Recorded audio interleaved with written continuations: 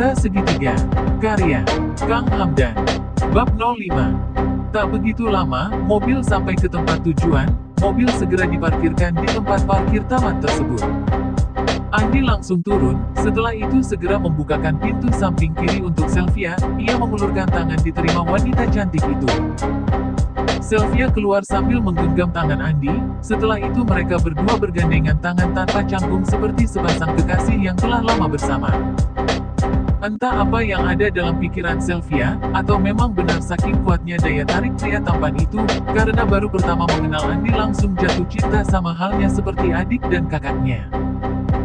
Sesampainya di tengah taman, mereka duduk berdempetan di bawah pohon yang rindang. Sejenak belum ada satu patah kata apapun yang keluar dari mulut mereka, entah apa yang sedang ada dalam pikiran keduanya. Yang jelas duduknya semakin rapat, hanya terdengar di batin masing-masing. Gelora asmara kian membakar jiwa, keduanya saling merasakan perasaan yang sama, namun saat itu seperti sama-sama memikirkan apa yang harus mereka ungkapkan pada saat itu, seolah kata-kata hilang begitu saja pada saat akan mereka ungkapkan. Pada akhirnya, Andi mulai membuka percakapan setelah dari tadi mereka berdua hanya terdiam, tanpa ada satu patah kata yang keluar dari mulut mereka berdua. Padahal di hati mereka banyak sekali yang ingin diungkapkan, namun waktu itu seperti hilang begitu saja, apalagi Andi yang merasakan bingung, kenapa dirinya mencintai Sylvia sekaligus adik dan kakaknya juga. Via. Tatapannya fokus menatap wajah cantik itu yang tengah tersipu malu, namun lirikan dan senyumannya tetap menggoda. Iya, ada apa mas? Sahutnya sambil melemparkan senyuman manisnya. Andi menggenggam erat tangan mulus wanita itu. Apakah kamu tidak menyesal mengenal aku? Jujur saja semenjak mengenal kamu, aku tak mampu melupakan wajah kamu Via. Apa jangan-jangan aku telah kamu pelet ya? Hahaha. Ucapnya sengaja menggoda Sylvia, ingin tahu hati wanita itu seperti apa sebetulnya terhadapnya, sedangkan Sylvia saat mendengar pertanyaan Andi barusan langsung melirik sambil tersenyum. Ah kamu ini ada-ada aja, masa aku memelet kamu, yang ada kamu kali yang telah mengiringkan jaran goyang padaku mas Andi hehehehehehehe, tak mau kalah Sylvia pun mencandainya. Lanjutnya, setelah sejenak menatap pria tampan itu dengan tatapan yang tentu saja mampu membuat kedua hati kian bergolak oleh rasa cinta, kian sulit ditolak kedatangannya. Karena aku juga semenjak bertemu kamu pertama kali di rumah, aku selalu mengingat kamu mas. Ah yang benar Via, kamu sedang tidak bercanda padaku. Tanya Andi di tengah senyumannya, entah mengapa tanpa ada yang memomando yang dari tadi mereka hanya berpegangan tangan. Kini mereka sudah saling peluk meredam rasa dingin cuaca sore itu yang menusuk tulang. Aku tidak berbohong mas, aku mencintaimu. Kembali tak ada kata apapun yang keluar dari mulut keduanya selain nafas mereka yang mulai tersendat oleh keinginan yang tentu saja, hanya mereka berdua yang tahu, tak perlu dijelaskan dengan kata-kata. Cukup lama tak ada kata lagi yang keluar dari mulut keduanya selain bisik-bisik dan tentu saja, kehangatan tanpa komando mulai saling berbagi. Kamu betul-betul nakal ya, kamu harus tahu aku baru pertama kali disentuh seperti ini oleh seorang pria loh, kamu benar-benar pria beruntung mas. Bisiknya lirih. Pria tampan itu hanya tersenyum tak berbicara apapun, terus melanjutkan apa yang sudah mereka mulai waktu itu. Sylvia pun membiarkan apapun yang dilakukan Andi sebab ia pun ingin. Tak terasa hari mulai gelap sebentar lagi akan berganti menjadi malam yang pekat dan sunyi, akan tetapi dua insan yang sedang merasakan indahnya asmara di taman, tidak menghiraukan semua itu. Keduanya terus asik saling berbagi hangatnya asmara mereka walau hanya saling berbagi hal-hal kecil, namun mampu menambah cinta di hati keduanya kian pekat. Setelah cukup lama berbagi kehangatan walau dengan hal-hal kecil namun nampaknya keduanya sama-sama merasakan hangatnya asmara mereka, tatkala Andi hampir saja menyentuh ke arah sensitif, Sylvia segera mengingatkan. Aku mohon bagian itu jangan dulu ya sayang, masa kita akan melakukannya di tempat ini. Bisiknya pelan sambil tersenyum manis.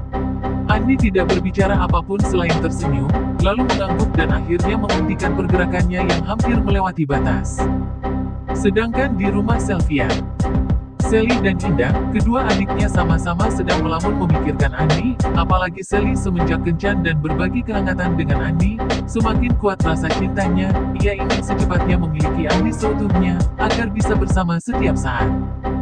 Mas Andi, kamu lagi ngapain aja? Kok belum memberi kabar apapun hari ini padaku? Gumamnya sambil memegangi ponselnya. Layar ponsel itu terus ditatapnya, sejak pagi nungguin kabar dari Andi. Tetapi tidak ada telepon atau pesan membuat Sally semakin gelisah, apalagi dia tahu Sylvia tidak ada di rumah. Entah mengapa ia mulai merasakan takut, Sylvia saat ini tengah bersama Andi. Mas, apa kamu sudah melupakanku? Aku ingin berkencan lagi denganmu.